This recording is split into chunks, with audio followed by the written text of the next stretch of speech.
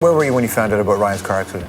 I got a call asking me if I could confirm the death of my friend. I was just waking up, and it still kind of bothers me that that phone call in general just kind of bothers me. Before Ryan Dunn would team up with his best friend Bam Margera to create a ton of memorable content as members of the underground skateboard and stunt collective CKY. Before Ryan Dunn would find himself recruited by Johnny Knoxville to become a member of the hit series Jackass and go on to start in multiple seasons of the hit show as well as 3 feature films. Before Ryan Dunn would tragically lose his life in a high-speed car accident in June of 2011.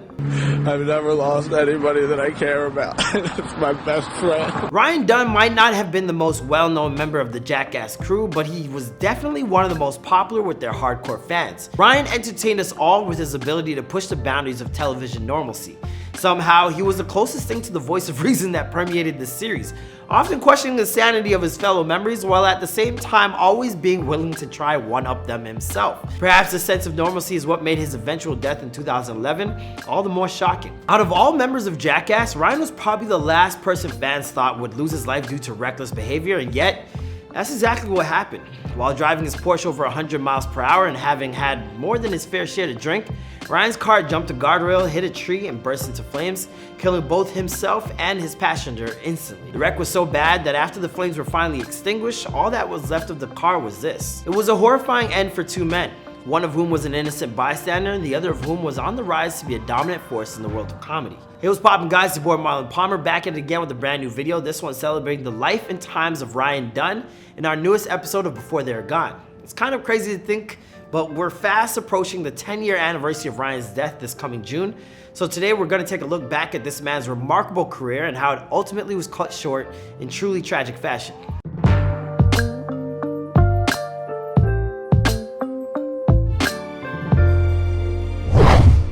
Ryan Dunn was born on June 11, 1977 in Medina, Ohio. He didn't spend long in that city before his family moved to Williamsville, New York, where he lived until he was a teenager. At that point, Ryan began to fall in with the wrong crowd, and his parents decided to move once again, this time to Westchester, Philadelphia. At the age of 15, on his first day of high school, Ryan met his soon-to-be best friend, Bam Margera. We started this really terrible band called Soul Roach.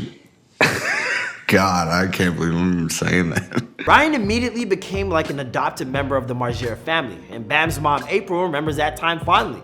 She told Page 6, "He was like a member of our family. When he moved here in the 9th grade, he immediately ended up in our house and really felt like I know his mother and said he finally found a place where he needed to be." Ryan was already a keen skateboarder and Bam was something of a professional at the sport. So in the 90s, Bam and Ryan joined up with a couple of other friends and launched a career of reckless behavior for themselves when they began filming their skate and stunt videos under the name CKY. The videos they created exploded in popularity locally as the crew would sell bootleg VHS tapes at the skate shows around town. Despite how much fun they were having, it wasn't exactly a way to make a living, so Ryan took up another gig as a welder and a technician at a gas station on the side. But before long, the CKY videos caught the eye of Johnny Knoxville and his producing partner Jeff Tremaine, who were looking to put together a new series at MTV titled Jackass. Knoxville knew Bam from prior relationships and reached out to see if the duo wanted to take their exposure to the next level. They were quick to jump at the chance. Once it premiered in 2000, Jackass became a touchstone of pop culture and turned an entire generation of young men into hellraisers. Wearing the red trunks and the old ass shoes.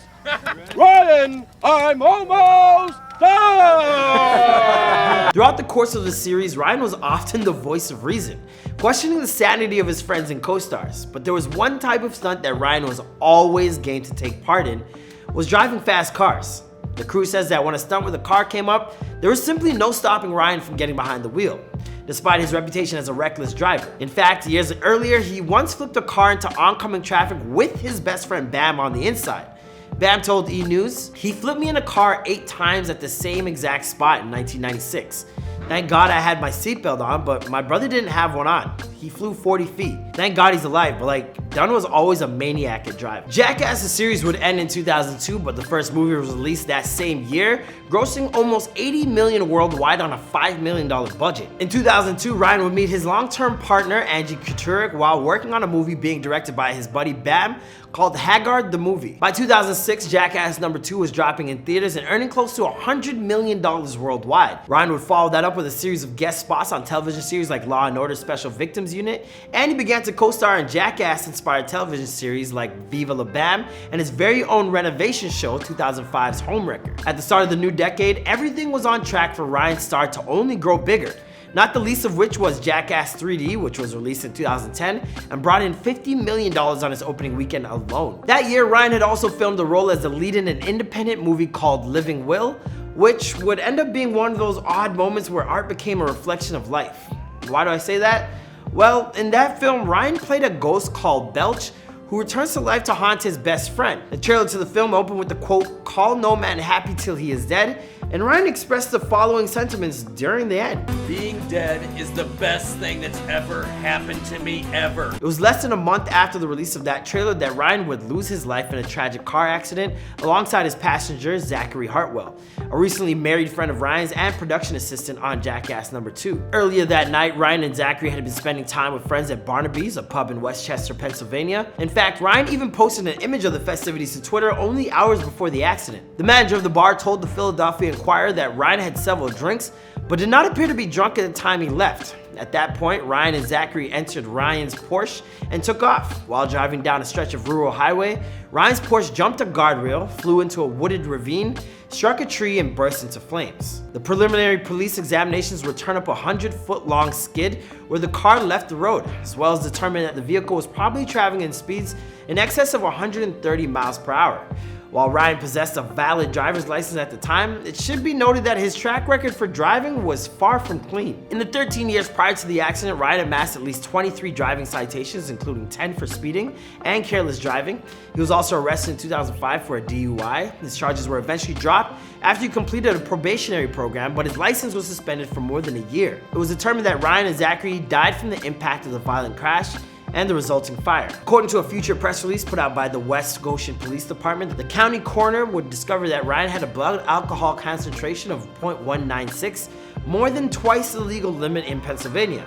But beyond that, no other drugs are detected in his system. After news of the tragedy broke on television and online, mourners quickly gathered at the site of the crash to pay their respects to the man, placing photos at the scene. On Twitter, Ryan's friends took to mourning his loss, with Johnny Knoxville posting, "Today I lost my brother, Ryan Dunn. My heart goes out to his family and his beloved Angie. R.I.P. Ryan, I love you, buddy." Ryan's best friend, Bam, soon joined the mourners, and when asked by a local news affiliate, broke down while remembering his friend.